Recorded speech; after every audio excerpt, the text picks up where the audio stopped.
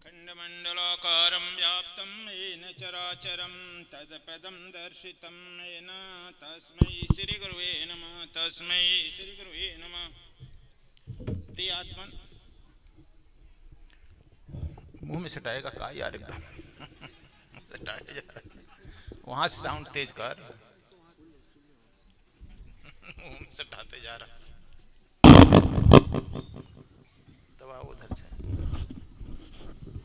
आगे बढ़ा। प्रिय आत्मन, हम तो यहाँ 2 तारीख से आ गए हैं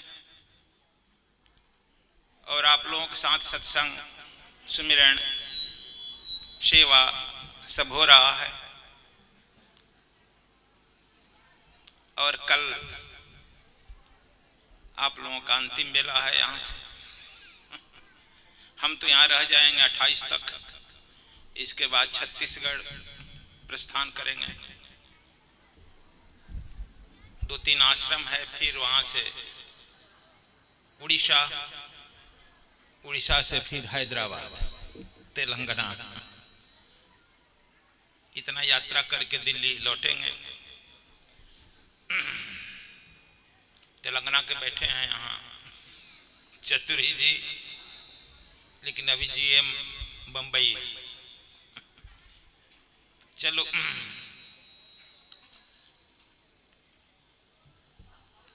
गुरु भक्तांच नाचे जन्म जन्मांतरचे अस्ते, जेहवा जेहवा भक्त गुरु नाम हृदया पाशु, हाक दे तो तेहवा तेहवा गुरु भक्ता साठी धावते तो।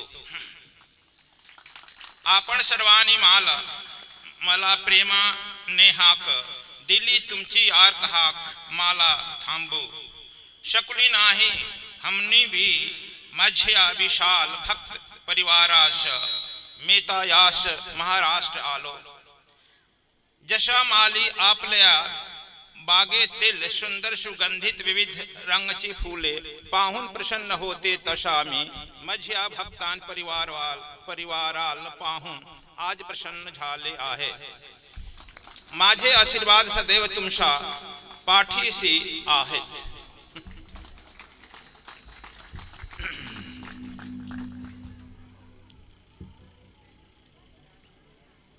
देखो, इस महाराष्ट्र की धरती पर महाराष्ट्र में भक्त बहुत हुए हैं और इसलिए भक्तों की भाषा प्रिय होती है। यहाँ की भाषा भी प्रिय होनी चाहिए। और हम जो सद्विप्र का, देखो सबके पास कार्य होती है, आइडियोलॉजी नहीं होती। परशुराम के पास वीरता थी, शक्ति थी, सामर्थ्य थी, वे विष्णु के अवतार भी थे, लेकिन उन्हें आइडियोलॉजी नहीं मिला था, आइडियोलॉजी उनके पास नहीं थी। इसलिए इस सृष्टि में एक ही बार दूसरा अवतार देना पड़ा और राम को आना पड़ा। राम आ गए और इनके लिए विश्वामित्र ने आइडियोलॉजी प्रदान किया और ये पूर्ण राम बन गए। असली बात है आइडियोलॉजी। कृष्ण आए और कृष्ण के साथ एक आइडियोलॉजी आई, वह संदीपन के पास थी। संदीपन ऋषि ने उन्हें आइडियोलॉजी दिया, सद्विप्र समाज की स्थापना करो, 200 भागों में भारत बटा हुआ है, छोटे छोटे राज्य है, इसे महाभारत बना डालो। महाभारत में युद्ध नहीं होता है, ग्रेट इंडिया महाभारत बना डालो। और वह जो है आइडियोलॉजी से भगवान कृष्ण ने महाभारत बना डाला। इसलिए आइडियोलॉजी की प्रमुखता होती है।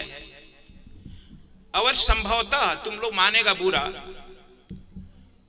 कि इस पृथ्वी पर धर्म तो है, लेकिन कृष्ण के बाद, संदीपनी के बाद, राम के बाद, विश्वामित्र के बाद तो आइडियोलॉजी उन्होंने दिया, संदीपनी को ने दिया कृष्ण के साथ। लेकिन इसके बाद भारत से आइडियोलॉजी लुप्त हो गई धर्म में।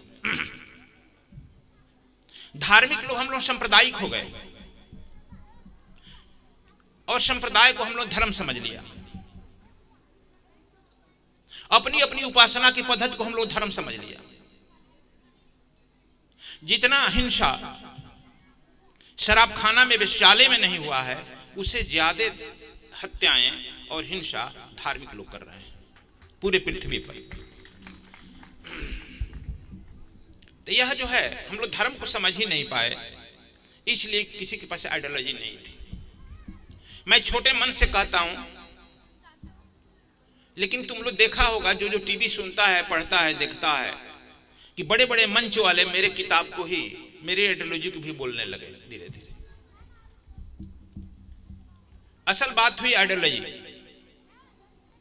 जो हमने सदगुरु समाज की व्यवस्था दिया है, बात किया है, लिखा है, वह जानकी गुजरात की लड़की या गुजरात के लोगों ने तैयार किया। संक्षेप में वह आइडियोलॉजी कुछ दिया है, बताया। उसके बारे में बात नहीं आज करूंगा, कल कुछ कर लूंगा। उसमें हमने दिया है यह कि किसी पक्षी को पासपोर्ट की जरूरत नहीं पड़ती है, चिट्ठी को नहीं पड़ती है किसी और देश जाने के लिए। सागर में रहने वाले मछली को भी पासपोर्ट की जरूरत नहीं पड़ती है। मनुष्य, तुम अपने को बहुत महान कहते हो और तुमको एक कंट्री से दूसरे कंट्री में जाने के लिए पासपोर्ट की जरूरत होती है। यदि उसमें भी विलंब हुआ तो धक्किया काना गर्दनिया पासपोर्ट से तुमको पार कर दिया जाएगा। ये मानवता क्या है? यही श्रेष्ठता है। हमारे ऋषियों ने कल्पना किया वसुधैव कुटुंबकम, पूरी पृथ्वी है। लेकिन अभी तुम किसी देश में चले जाओ, बड़े हीन दृश्य देखे जाओगे। यह मानवता नहीं।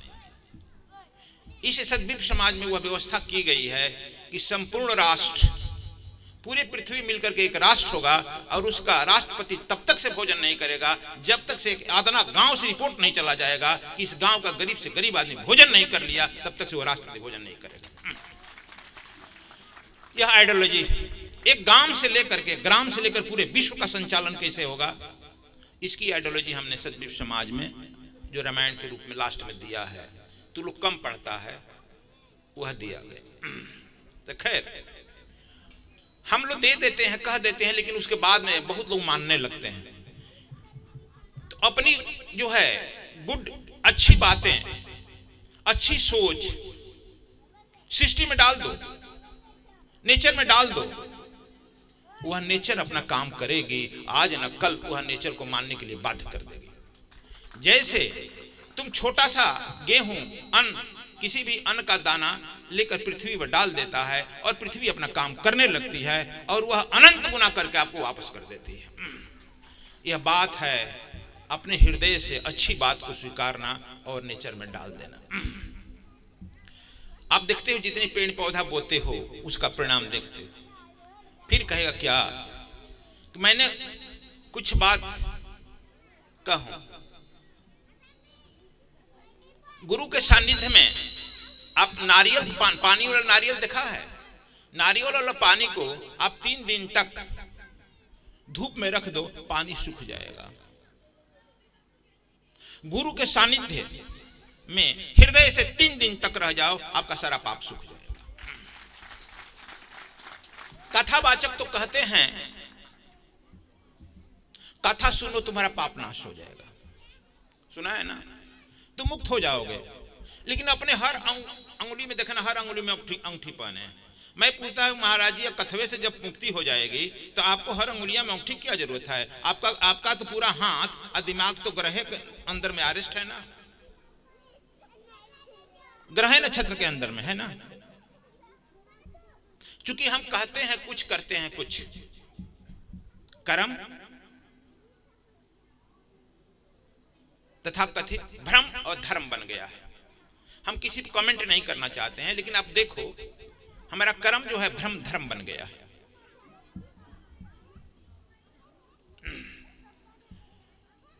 हम कुछ बोए, आपको बता दें, एक बात मामूली कह दें।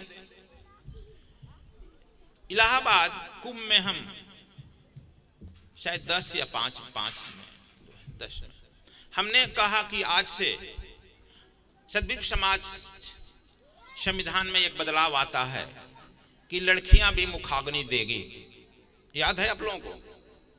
उसके 5 साल बाद, 5 साल 10 15 5 साल बाद सुप्रीम कोर्ट से आदेश आ गया कि लड़कियां मुखाग्नि देगी।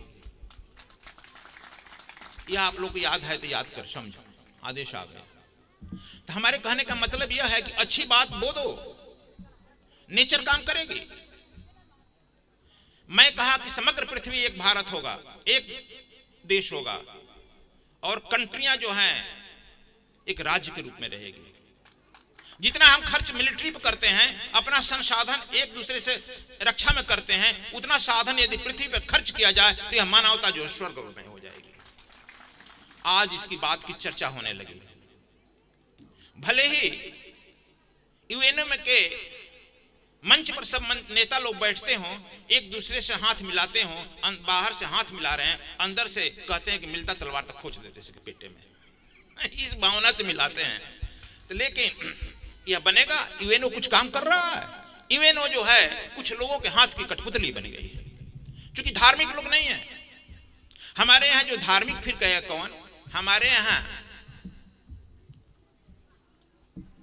2500 वर्ष, मैंने भगवान बुद्ध तक 2500 वर्ष हो गया, 2500 वर्षों तक most intellectual person of society धार्मिक होते थे, और वे धार्मिक व्यक्ति राजनीति पर नियंत्रण रखते थे। यह राम से लेकर कृष्ण, कृष्ण से लेकर बुद्ध तक रहा है। बुद्ध के बाद में हमारी भावनाएं बदल गई है। जिसको एक दरखास्त लिखने नहीं आएगा, चपरासी की नौकरी नहीं लग सकती है, वह धर्माधिकारी हो गया।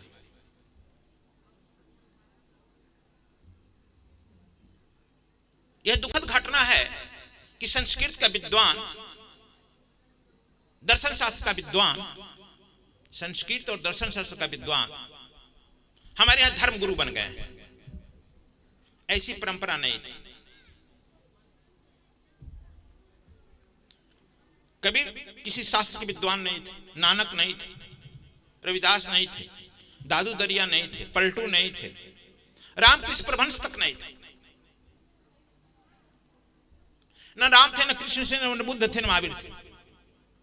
कोई संस्कृत का विद्वान, न दर्शन शास्त्र। संस्कृत के विद्वान एक कृष्ण आए हैं, कृष्ण जो है संस्कृत में बोले हैं गीता, और कोई दर्शन शास्त्र का विद्वान नहीं थे।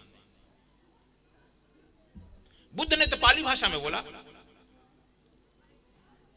और कबीर भोजपुरी में बोलने लगे, भोजपुरी भाषा में बोल दिए। नानक का कोई भाषा नहीं था। जब भी विश्वविद्यालय में नानक गए तो विश्वविद्यालय के लोगों को खोजना पड़ा कि हम इनकी भाषा का नाम क्या दें। तो विश्वविद्यालय के लोगों ने उसे गुरुबाणी नाम दिया। यह तो गुरु के मुंह से निकला, इसलिए गुरुबाणी, भाषा ही हो गया गुरुबाणी।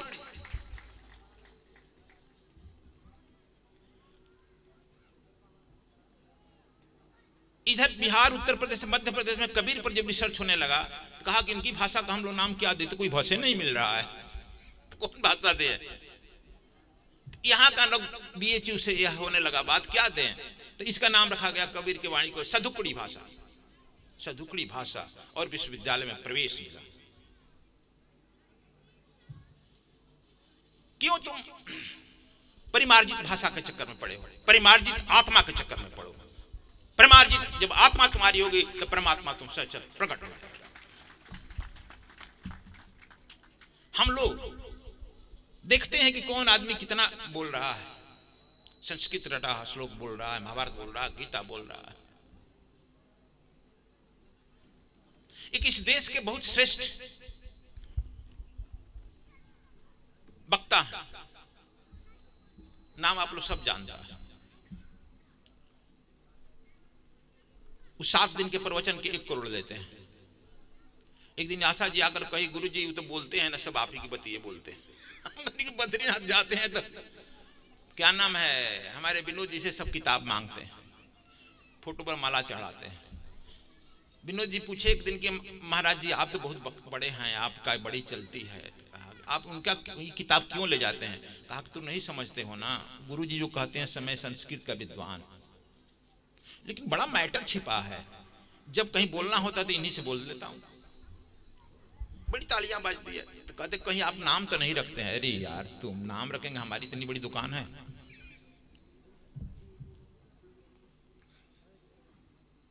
हम भी उनका नाम नहीं ले रहे हैं इस पर।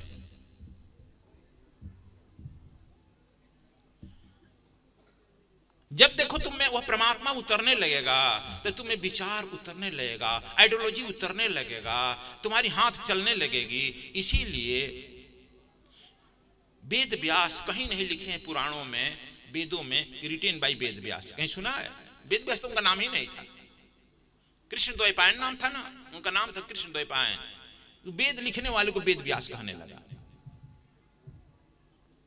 उनसे पूछा गया कि इस पे लिख दो, रिटेन बाई कृष्ण द्वैपायन। कहा संभव नहीं, मैं लिखा ही नहीं। तब कौन लिखा है? जब मैं नहीं था तो लिखा जा रहा था। इसीलिए गीता में हमसे कई बार लोग प्रश्न पूछते हैं कि गीता में भी लिखा है दो तरह की, कृष्णवाच पढ़ा है गीता, भगवान वाच, कहीं कहीं लिखा है भगवान वाच। कुछ कम्युनिस्ट माइंडेड आदमी कहते हैं कि देखिए ना, ये वेद व्यास कंफ्यूज आदमी है, यहाँ भगवान वाच लिख रहा है, यहाँ कृष्ण वाच लिख रहा है। हम वो कंफ्यूज है या नहीं है, लेकिन तुम्हारा कंफ्यूजन तो स्पष्ट आ रहा है नजर। वह तो साक्षी है, जब गीता हो रहा है वो साक्षी है, देख रहा है, बद्रीनाथ में बैठकर देख रहा है। जब कृष्ण जो है अपने बल पर बोल रहे हैं तो वहां पर वो देख रहे हैं कि कृष्ण बोल रहा है, जो वह अर्जुन का मित्र है और अर्जुन का रिश्तेदार है वह बोल रहा है, इसलिए वहां लिख दिया कृष्णवाच।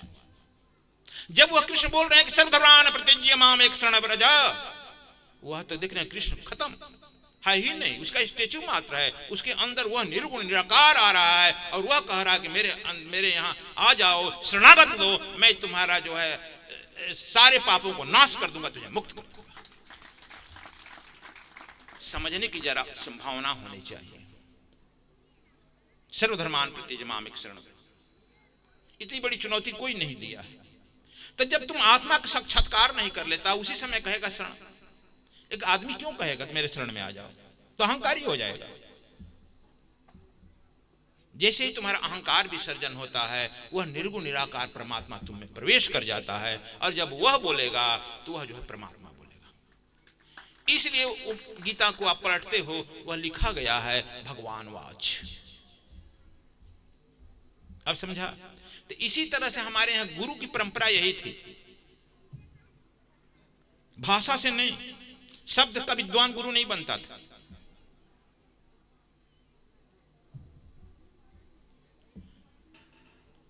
एक बार हम राधा कृष्ण का गीता पलट रहे थे, अपनी गीता लिखने के पहले। अक्सर मैं इस किसी का नाम लेता हूं जो पुलिस कमिश्नर दिल्ली थे, उन्होंने कहा कि उसका क्या गीता पलट रहे हैं गुरुजी? क्या? अरे मत पूछिए, विद्वान था केवल, कुछ नहीं, कोई आत्मा परमात्मा से संबंध नहीं था। मैं राष्ट्रपति में आगे मैं नहीं बताऊंगा चाल चरित्र, यही बताए चाल। देखो इस पर बहुत दुनिया में जा रहा है कि राष्ट्रपति का शिकायत नहीं हो रही। मैं शिकायत नहीं कर रहा हूं, मैंने रख दिया गीता। आखिर मुझे क्यों भाष्य करना पड़ा, लिखना पड़ा? तो खैर यह कह रहे हैं कि हम लोग विद्वानता से आंकते हैं। विद्वानों की बात, भाषा लेगा तुमको भाषा मिल जाएगी, बोलने की शैली मिल जाएगी, तालियां बजेगी, बड़ी जय जयकार होगा, लेकिन आत्मज्ञान नहीं होगा।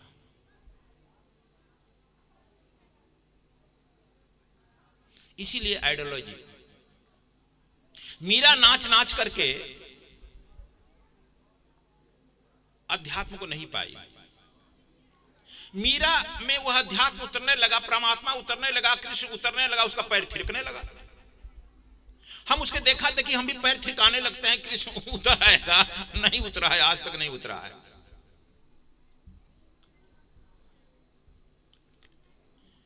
हम क्या नाम भूल रहे हैं? McClay, Michael Jackson. देखो तुम लोग याद है, गीता में भी शायद उसके बारे में लिखे हैं। माइकल जैक्सन इस पृथ्वी का सबसे बड़ा नर्तक था ना, जानता है ना? तो इसीलिए नाम लिया माइकल जैक्सन। इस पृथ्वी का सबसे बड़ा नर्तक था, करोड़ों अरबों रुपया कमाया। जब वो उछलता था नाच में, इसको ऊपर चला जाता था, लेकिन जानता है परमात्मा नहीं उतरा। अंत में वह पागल होकर मरा, और वह पागल खाना में भर्ती होकर मरा। क्या उसकी तुलना तो मीरा से कर देगा? मीरा तो नर्तक नहीं थी। क्या पगलखाना में मरी? जब उसको लेने के लिए आए तो वह नाच करने लगी, मेरे तो गिरधर गोपाल दूसरा न कोई, और दौड़ते हुए गई। और कृष्ण की मूर्ति थी, मैं भी वहां पर गया, और कृष्ण की मूर्ति 5 फीट की है, अभी भी शायद उसे कम उम्र फुट की होगी। कृष्ण और मीरा लंबी थी, चौड़ी थी, अति सुंदर थी, अति कुशल प्रवीण थी। मीरा दौड़ते हुए गई कि ये तो हमको ले जाने आए हैं पंडित लोग, 21 कहार आया है, फिर बुला रहा है राणा, मैं तो राणा को लड़के को छोड़कर आ गई हूं, प्रभु मेरे तो गिरधर तुम ही हो, कोई है नहीं। और दौड़ते हुए गई, सुनते हैं कि उसका मुंह खुला और उसमें प्रवेश कर गई। ये जो 21 पंडित गए थे लेने के लिए दौड़ कर गए, और जो है उसका साड़ी पकड़े, पल्लू पकड़े। अब बताओ यह कौन विज्ञान काम करता? हम तो वैज्ञानिक विद्यार्थी रहे हैं, कौन विज्ञान काम किया? पल्लू पकड़े हाथ में जितना 1-1.5 फीट पल्लू था, गैरिक रंग का पढ़ती थी, केसरिया रंग का पहनती थी, वही पल्लू जो है उस पंडित के हाथ में आया। प्रधान पुजारी उनके परिवार का था, हाथ में आया, और मीरा सारा शरीर और कपड़ा सहित गायब हो गई। अश्विनी जी जब वहां जी हम तो वहां घूमने गए थे ना, कृष्ण में जहां जन्म से लेकर वहां तक घूमने गए, देखे कोई साड़ी पकड़ में नहीं आई। अब जब लोग आए तो वही राणा प्रताप के पगड़ी में बांधा गया, और वही जो है झंडा में लगाया गया। इसीलिए आज तक मेरा केसरिया झंडा और जोगियों का केसरिया बाना हो गया। नहीं मिला मरी मीरा का सिर। तो जैसे जैसे तुम में वह परमात्मा उतरने लगता है, वैसे वैसे आप में वह अनुपम यात्रा होने लगती है, आपकी लेखनी चलने लगती है। मैं बहुत कुछ गीता का भाष्य ही कहो, मैं तो संस्कृत पढ़ा नहीं हूं, 8 तक या 10 तक पढ़े थे बस। जो पुराने लोग हों जानते होंगे, पुराने आप लोग पढ़े होंगे, जो हम विज्ञान के विद्यार्थी थे, इफ दिस दैट करके अपना साइंस में सब लिखते थे। न हम संस्कृत के साथ कहते हैं, न हिंदी के विद्वान हुए, न संस्कृत के विद्वान हुए, न ही अंग्रेजी के विद्वान हुए, क्योंकि 10 तक न अंग्रेजियां पढ़े। लिटरेचर के रूप में इतने पढ़ाया जाता है जनरल में, लेकिन गीता को जब 2 बार 3 बार हम पलटा और लिखे भी नहीं, हम बोलने लगे डुमरी यज्ञ में। बाद में लोग पूछते, करे गुरुजी गजब बोल रहे हैं। लोग सुनता था बाहर, ये कहां से बोल रहे हैं?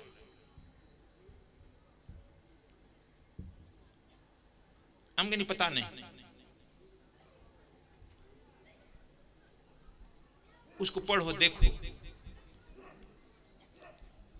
फिर कबीर की बीजक पर कोई उठाए, अब सब लोग खबर आ रहा है कि इस पर बीजक पर इस तरह का कोई भाष्य ही नहीं लिखा। हमने कि जो भी अभी तक भाष्य चाहे बीजक पर लिखा हो या गीता पर लिखा हो, विद्वान लोग लिखे हैं, मैं लिखा नहीं हूं बोला हूं।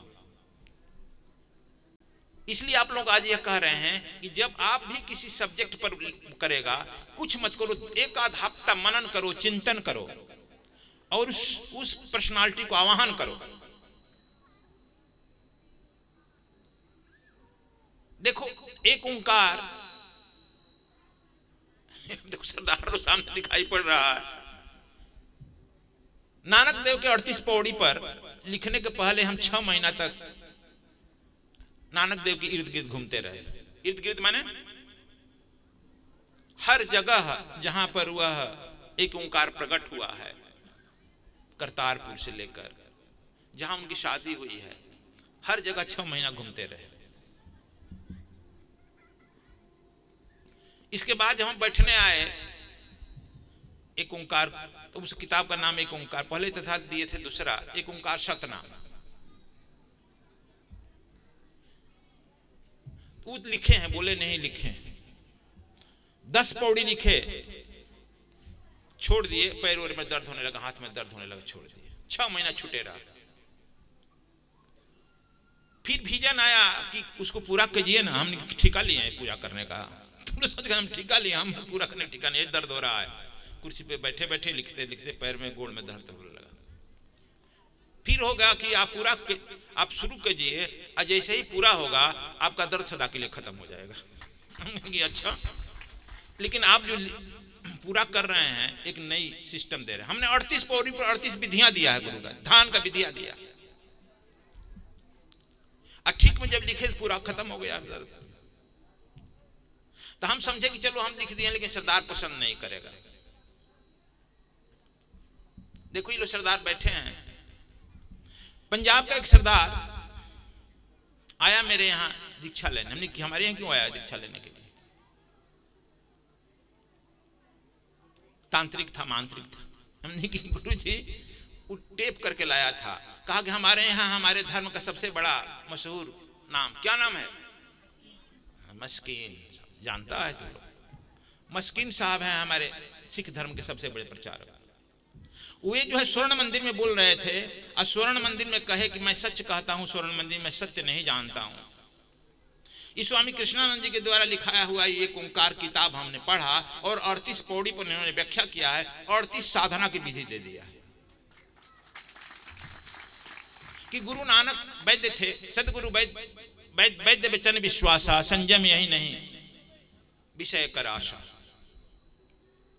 यह पूरी दुनिया को 38 भागों में बांटा है और 38 तरह की साधना दिया उन्होंने, साधना की। और इसको हम पढ़ा, कुछ करने लगे, पढ़े और करने लगे।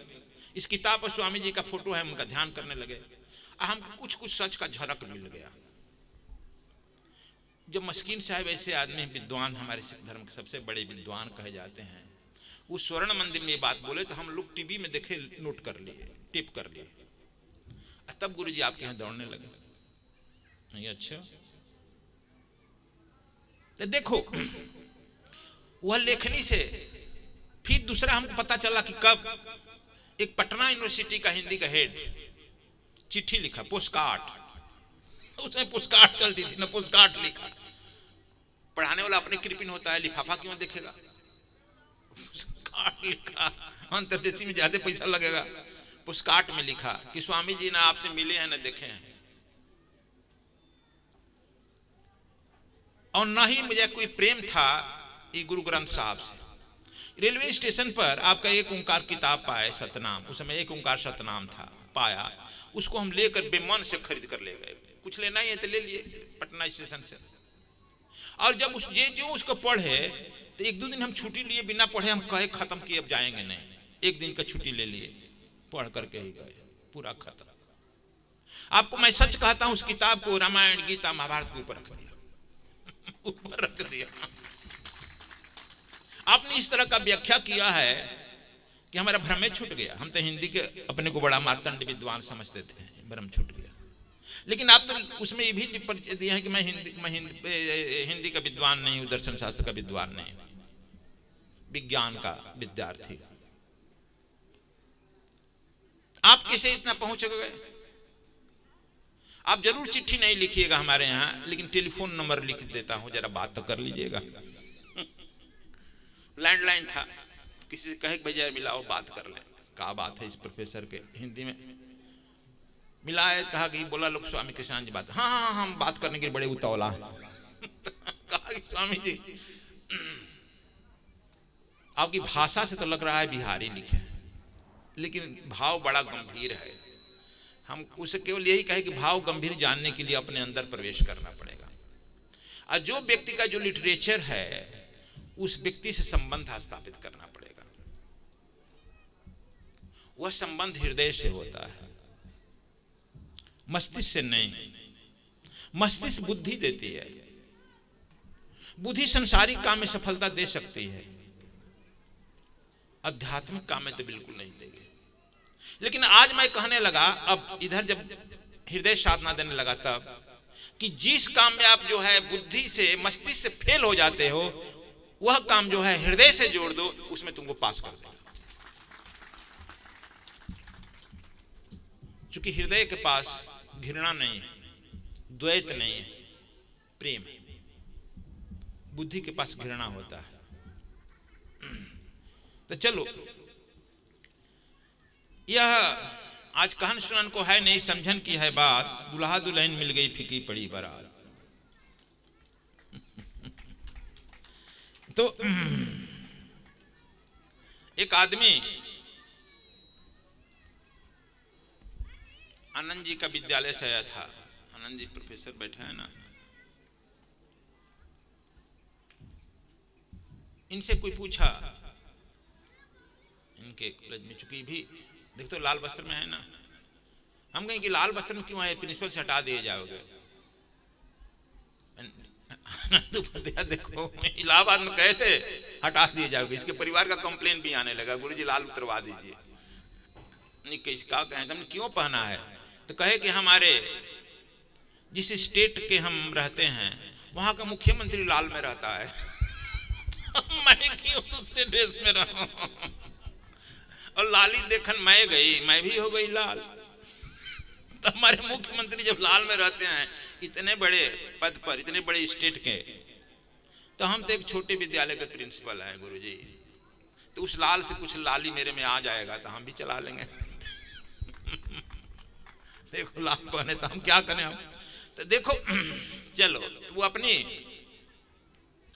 इनके यहाँ विद्यार्थी पूछा, हमसे कहने लगे कि गुरुजी आप कहाँ बाबा के यहाँ जाते हैं, तो फलाना इलाहाबाद ले आए। कहा कि हम जानते नहीं हैं महाराज जी। हमने कहा कहो, तो मैं नागेंद्र उपाध्याय हूँ।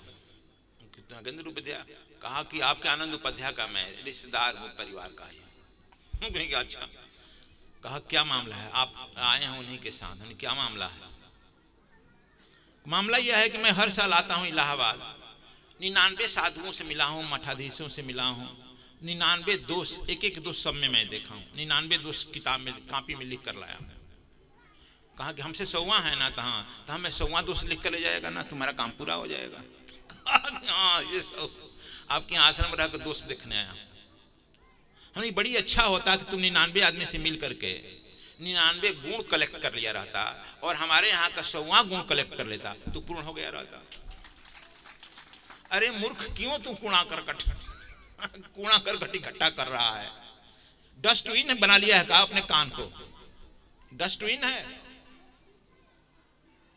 क्यों अपने डस्ट भरा। आप लोगों को मैं हरदम कहता हूं कि अपने कान को डस्टबिन मत बनाओ। कूड़ा कचरा कोई शिकायत करता है तो उठ के चले जाओ, कान से कह दो प्लीज डोंट लिसन इट। सुनना जरूरी है। तो खैर, तो आप लोगों को हम यह कह रहे हैं, आप बंद करेंगे चूंकि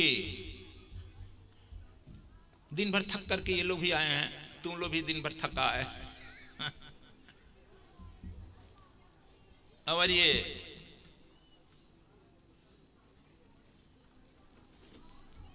मंजू जी हमारी मानस पुत्री भी हैं, थकी हैं। एक बात फिर कह दें, अभी मैं कोट द्वार आश्रम में, जसविंदर जी था ना जरा खड़ा, सरदार जसविंदर सिंह, याद है तुमको, था ना? तुम लोग आश्चर्य होगा, एक लड़की सुंदर थी, सभी 27 साल 28 साल की होगी, सुंदर थी। क्या नाम है? कही कि सीता कौर। सीता कौर, सरदार होता। हाँ गुरुजी हमारे घर भी चल जाइएगा। हम कहने क्या मामला है? मैं बहुत गरीब हूं। गरीबी का मतलब कहाँ रहती है? कहा कि एक झोपड़ी में रहते हैं, उसकी भी दीवार गिर गई है। मिट्टी की दीवार बनाने में 2-3 हजार लग सकता है, पैसा नहीं है। हमने शरीर तुम्हारा सुंदर है, जवान है, पति भी देखते हैं तुम्हारा सुंदर है। कहा कि बस शरीर वे भर है, कुछ है नहीं। आपसे हमने दीक्षा लिया, भक्त बन गया।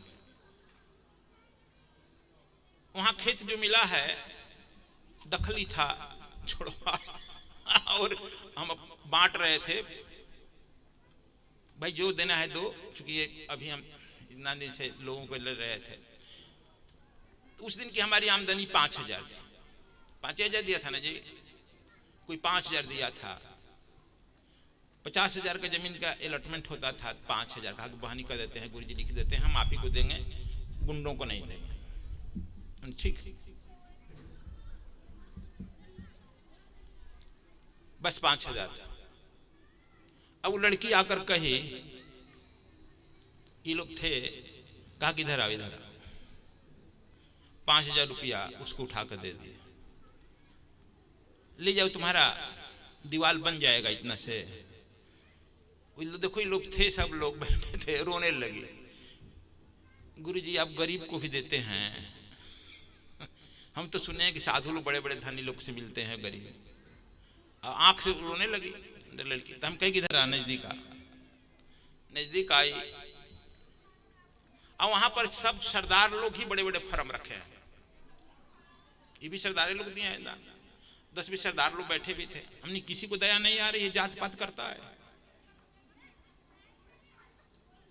उसके कपार पर हाथ रख दिए, कहे कि चल आज से ते मेरी लड़की, और रोने लगी। क्यों रो रही है? तो गरीब की लड़की को भी कोई लड़की मानता है गुरुजी? अकेले मत फिर कहीं हटा कर इन लोग। गरीब की लड़की हो, सुंदर लड़की हो, तो सब लोग खराब दृष्टि से देखते हैं गुरुजी।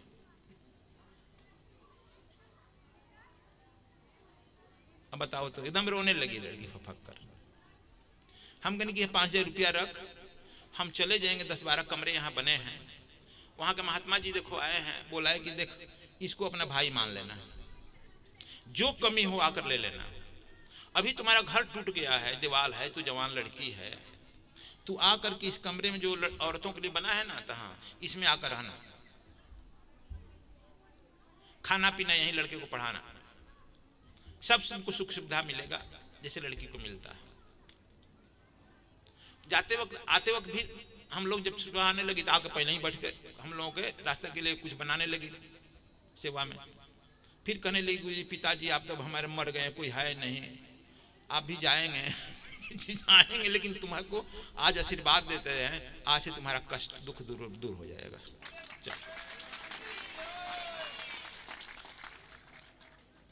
और महात्मा को कह दिया कि देखो ये रूम छोड़ देना, इसको जाड़ा का दिन है, और खेत जब हमको दखल पूरा हो जाएगा, बच्ची तुम लोग पति पत्नी जवान है, तो जितना हमको 70 एकड़ जमीन मिला है रे बच्ची जितना तुम कर सकता है करो, तुम लोग अपना ठीक से जियो, खाओ पियो, कुछ बच जाना तो हमको दे देना आश्रम चलने के लिए, नहीं तो तुम लोग यहाँ अपना समझ कर रहो। तो देखो ये करुणा जात नहीं पूछता है, पात नहीं पूछता है, संप्रदाय नहीं पूछता है। करुणा तो समग्र होता है, सबके लिए होता है।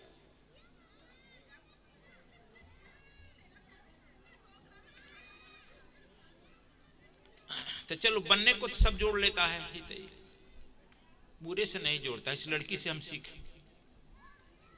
उसका प्रश्न था कि क्या गुरुजी गरीब को भी लड़की माना जाता है? रोते हुए कहे कि मान लिया बस। तो आज हम यही बात यही विश्राम देंगे तुम लोगों को, कल आशीर्वाद देंगे।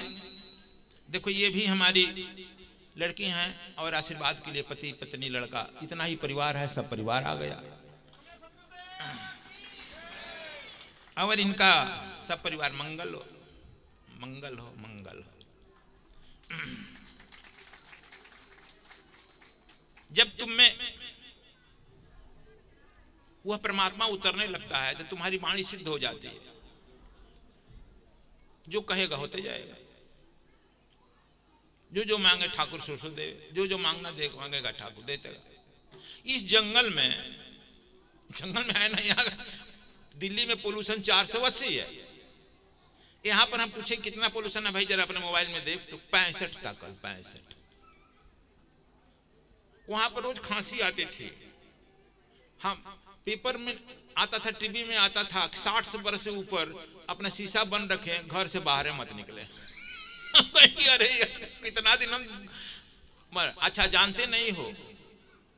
जो दिल्ली आश्रम में गया होगा, देखा हमारे जिस रूम में सोते हैं वहां भी पोल्यूशन का मशीन बैठाया गया है, जहां हम मिलते हैं बात करते हैं वहां भी बैठाया गया है। उसमें बताता है रेट इतना %, आधा घंटा साफ करता है। तो कहां मशीन पीठी पर टांग कर लेते फिरे। 2 दिन में ही आ गए, 2 तारीख को ही आ गए। तो देखो हम मन से पॉल्यूट हो गए हैं, विचार से पॉल्यूट हो गए हैं, अपने कर्मों से हम पॉल्यूट हो गए हैं, तो प्रकृति भी पॉल्यूट हो गई है। जब तुम अपने मन से, कर्म से, विचार से पुलुट होने लगो, छोड़ने लगो, छिड़ने लगो, तुम सब में छोड़ने लगो अपनी विचारधारा को पवित्र, धीरे धीरे सब में पवित्रता आ जाएगी। It will be long term gain. ये लॉन्ग टर्म गेन है। पढ़ाई लॉन्ग टर्म गेन है, धर्म भी लॉन्ग टर्म गेन है।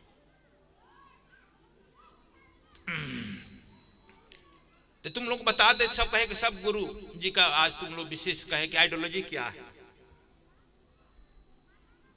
आप लोग जो जानता होगा, देखो हमने पूजा पाठ की विधि और हवन की विधि अलग दिया है। कहां है संतोष जी? जरा इधर सामने अपने चेहरा दिखा। तू कर्मकांडी ब्राह्मण है, क्या हमने जो हवन दिया है वो कर्मकांड में जनरल लोगों का है? जरा ठीक से बोलो उन लोगों को।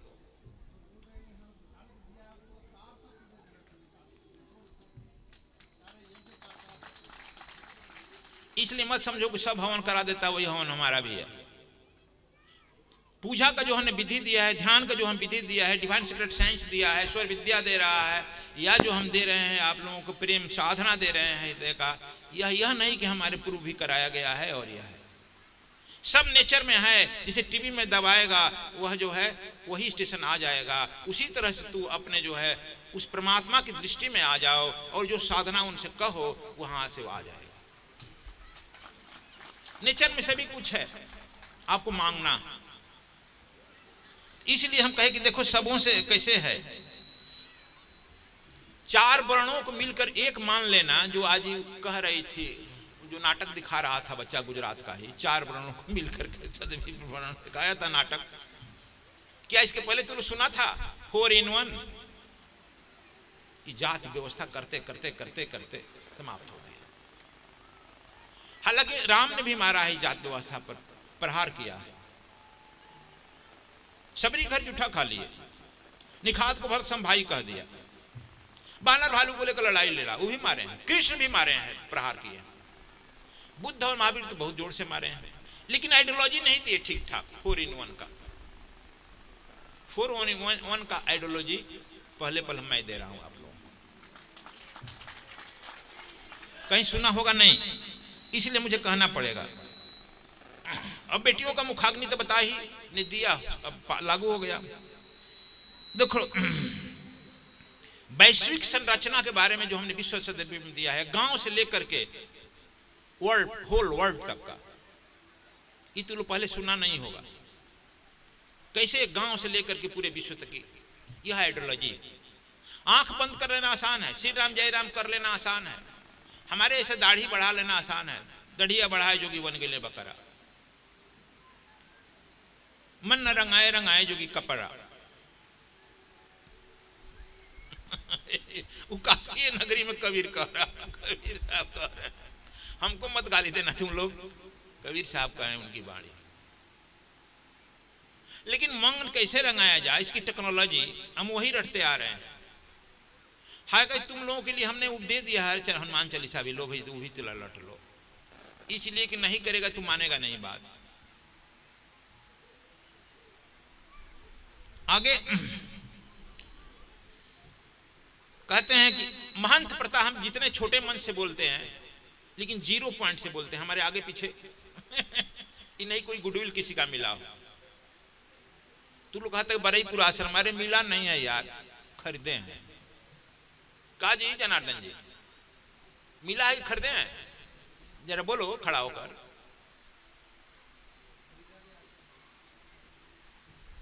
वह गुरु जी कबीर चौरा को दे दिए थे रामू साहब, नहीं संभाल में। वहां का ठाकुर कितना बदमाशी करता है जानता ही है। अभी तो कैसे लड़ रहा है। इस बार गुरु जी का समाधि था, इसके चलते हमने पैसा देकर लिया कबीर चौरा से।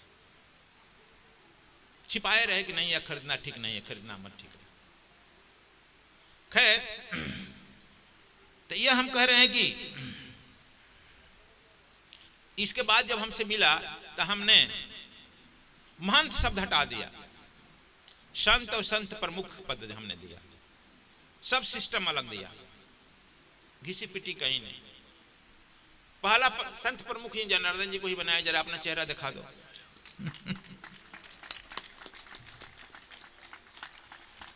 हम पहला आदमी हैं इस पृथ्वी पर। अभी ब्रह्मचारी हैं तो ब्रह्मचारी हैं, गृहस्थ है तो गृहस्थ है। इस पृथ्वी पर हमको पहला पाइएगा कि हमने ब्रह्मचारी सन्यासी भी बनाया और गृहस्थ भी बनाया। कुछ आश्रमों को गृहस्थ को लोगों को दे दिया, कुछ आश्रमों को ब्रह्मचारी के लिए दे दिया। दोनों के बीच में बैठकर मैं संचालन करता हूं।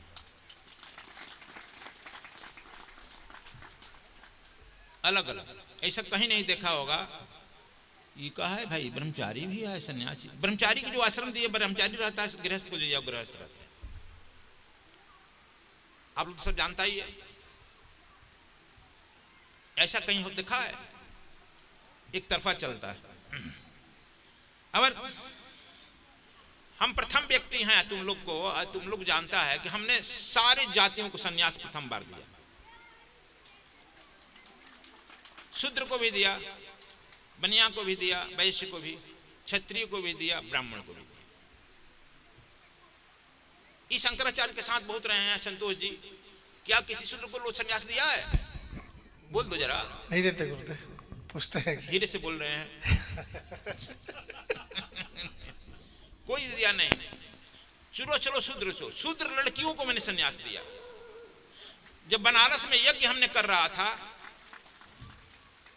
अशूद्र लड़कियों को, शूद्रों को जब हमने मंत्र बोलने के लिए आह्वान किया, सन्यास दिया मंत्र, अब बताएंगे तुम लोग को नहीं कौन कौन है।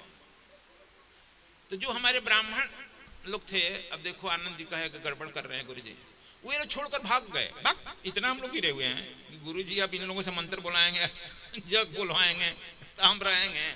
छोड़ दिया, बड़ा घाटा लगा, अभी भी घाटा लग रहा। लेकिन यह क्या क्रांति नहीं है?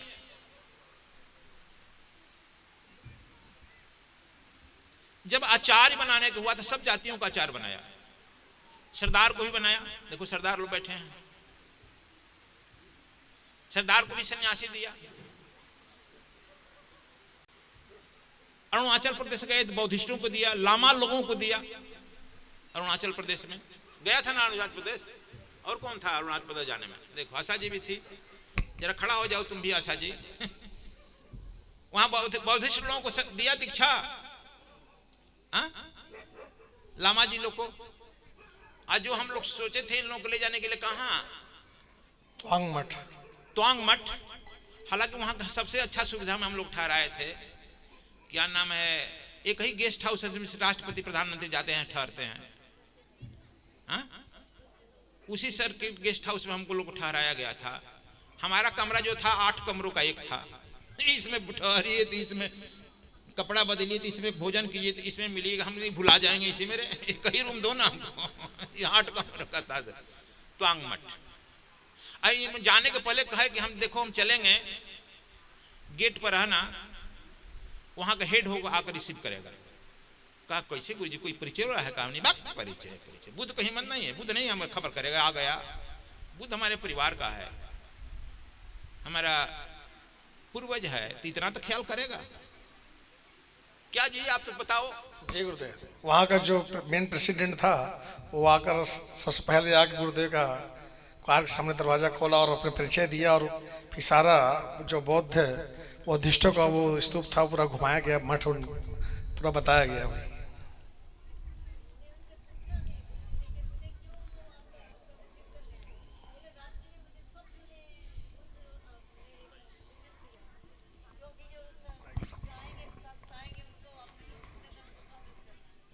ये बनावटी से काम नहीं चलता है, वहां खबर चली जाती है।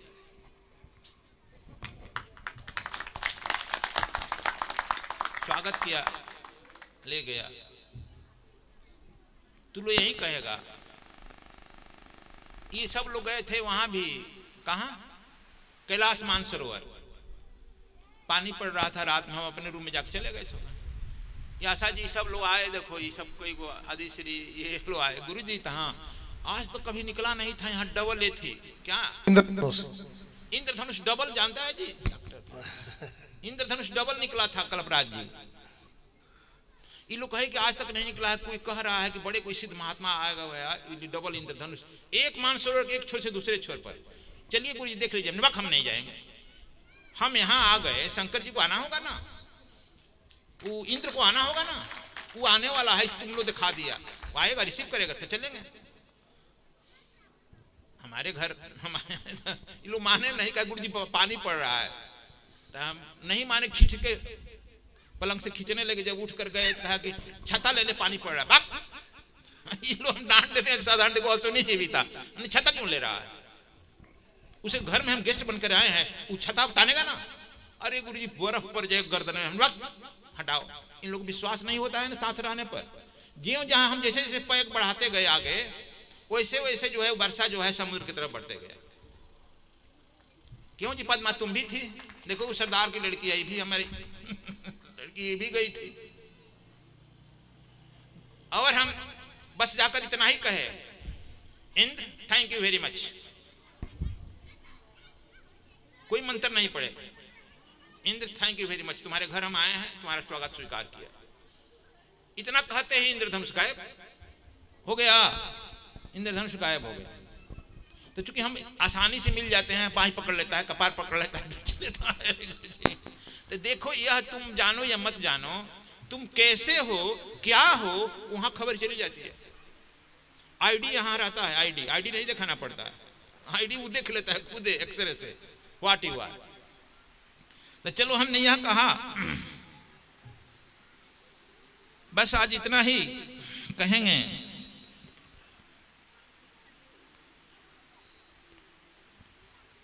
कि आप लोग हैं कुछ खास है, खास विधियां हैं, इसलिए हम कह रहे हैं चलो आज इतना ही। अब फिर कल जो है आपका यज्ञ भी है, कल्चरल प्रोग्राम भी है, साल भर का कार्य का समीक्षा भी है।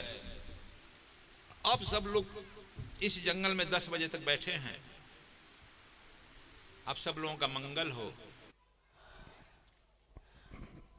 ये अचानक प्रोग्राम हम लोगों का 7-8 तारीख का, बहुत दिनों से सोचा था कैसे पहुँचें। पहुँचते पहुँचते आखिर यहाँ आशीर्वाद लेने के लिए फिर पहुँचाए हैं। आज गुरुजी ने समय, आइडियोलॉजी और जो भी आशीर्वाद हम लोगों को दिया है उस पर फिर से एक बार पुनः दोहराया, अपना आशीर्वाद दिया हम लोगों को। समय, लोग स बड़े धीमे से बोलते हैं, मैं जोर से बोलते हैं। जिस दिन समय सही तरह से बोलना शुरू कर देंगे, उस दिन आइडियोलॉजी अपने आप समझ में आ जाएगी। और उसको समझने के लिए गुरुजी का आशीर्वाद बहुत ज़रूरी है। हम लोग जब भगवान की आराधना करते हैं तो आंख बंद करते हैं और कंसंट्रेट करने की कोशिश करते हैं, पर उसके लिए एक बिंदु होना चाहिए, वो बिंदु गुरुजी। अगर गुरुजी पर हम कंसंट्रेट कर लेंगे तो आइडियोलॉजी अपने आप समझ में आ जाएगी। मैं छोड़कर सब गुरुजी को प्रणाम करके और समझने की कोशिश करिए उनके आशीर्वाद से। जैसे कहा ना उन्होंने कि गरीब की लड़की होती है, अमीर और गरीब की नहीं, लड़की सबकी लड़की होती है। हमारी बेटी, आपकी बेटी, आपकी बेटी, मेरी बेटी। ये आइडियोलॉजी ही है जिसने गुरुजी को ये बताया कि उन्होंने कहा कि वो लड़की को भी मुखाग्नि देने का उन्होंने राइट दिया। तो ये जो सोच है वो फिर वही, जिस दिन आप अपना मैं खत्म कर देंगे, सद्भावना से सद्भावना समझेंगे, तो आइडियोलॉजी अपने आप समझ में आ जाएगी। और हम गुरुजी के सामने और क्या बोले हैं अब उनके आशीर्वाद से। जैसे उन्होंने कहा 2005 में मैंने ये कहा था, उन्होंने मेरे सर पे भी हाथ रख के अपनी मानस पुत्री माना था।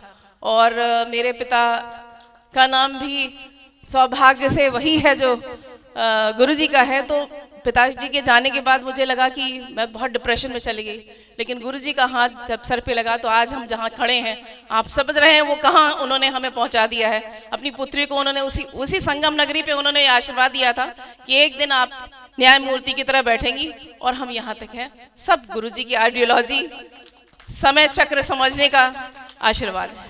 धन्यवाद। सत नमन। और यहाँ उपस्थित सद्विप्र समाज के मेरे सद्गुरु भाइयों बहनों, हम क्या मार्गदर्शन करेंगे जहाँ ईश्वर के रूप में गुरु स्वतः विद्यमान हो। गुरु जी जो कुछ बता रहे थे हो सकता है किंचित किसी सद्विप्र भाई और बहन के दिमाग में कोई संशय हो, लेकिन मेरे दिमाग में कोई संशय नहीं है। बहुत से चमत्कार मैंने अपने लाइफ में गुरु जी का अनुभव किया है।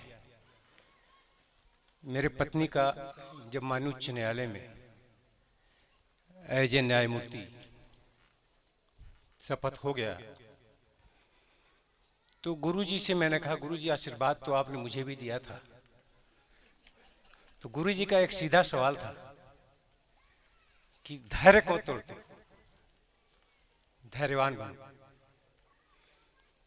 और वह धैर्य और गुरु जी का आशीर्वाद इतना फला फूला कि मेरी पत्नी के न्यायमूर्ति की शपथ लेने के बाद ठीक 1 वर्ष बाद मेरा भी शपथ हो गया लोक सेवा आयोग में। लोक सेवा आयोग का कार्य जो होता है बड़ा ही विषम होता है, क्योंकि वहाँ एसडीएम, डिप्टी एसपी, क्लास 2 के ऑफिसरों का चयन करना रहता है। आप इंटरव्यू बोर्ड में जब एज ए अध्यक्ष बोर्ड की जो है अध्यक्षता करते हैं, तो आपके सामने सदैव यह बात खटकती है कि मेरे विचारों से कुछ गलत न हो जाए। आप यकीन करिए, विश्वास कीजिए, हर एक कैंडिडेट को नंबर देने के पहले मैं गुरु जी को याद करता हूं, और जो अंतर्मन से आ जाता है उतना नंबर उसको दे दिया जाता है।